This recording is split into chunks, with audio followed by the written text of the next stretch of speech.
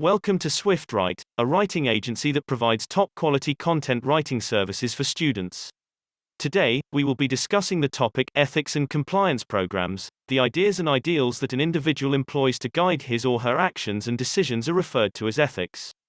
The Code of Ethics of an organization is a collection of principles that serves as a guide for its activities, policies, and commercial choices.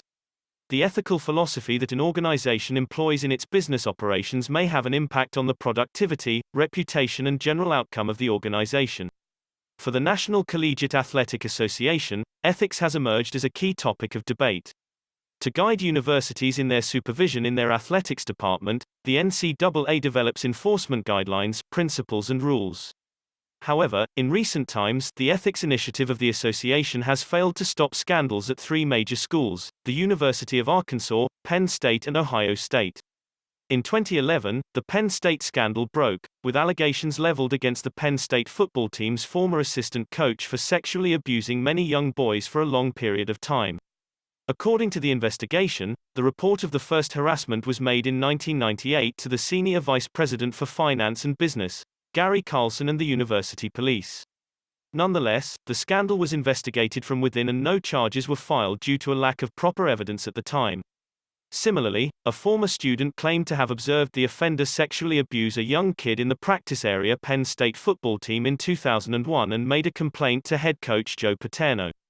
According to Paterno, he alerted university administrators, who, according to Paterno, failed to report the event to the police department. Some procedures may be put in place by the human resources departments of universities and colleges to avoid similar situations from happening in the future. The first step that the human resources department should take is to conduct an investigation into the ethical atmosphere and put protections in place. To represent the viewpoint of attitudes, views, values, standards of behavior, pressures to engage in misconduct, communications, dangers and vulnerabilities, it is necessary to perform a formal evaluation of the culture. Attention should be paid closely to the core value and how effectively they have been accepted by the board, senior management, workers, and relevant stakeholders. Another step that the Human Resources Department should put in place is the development of a robust moral infrastructure which is self-sustaining.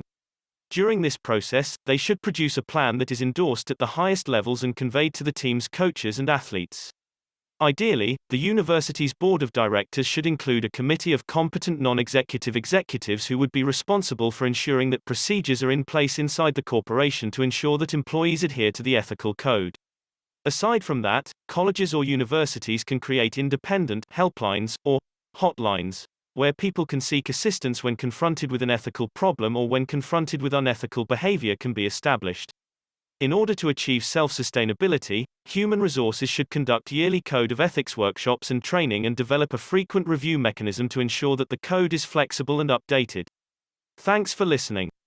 If you need a similar paper done for you, do not hesitate to contact us at swiftwrite.com. We offer 100% plagiarism-free content writing services, with 100% satisfaction guaranteed. Follow and subscribe to our channels us on Instagram at swift.write, Facebook at SwiftWrite, LinkedIn at SwiftWrite Services and YouTube at SwiftWrite.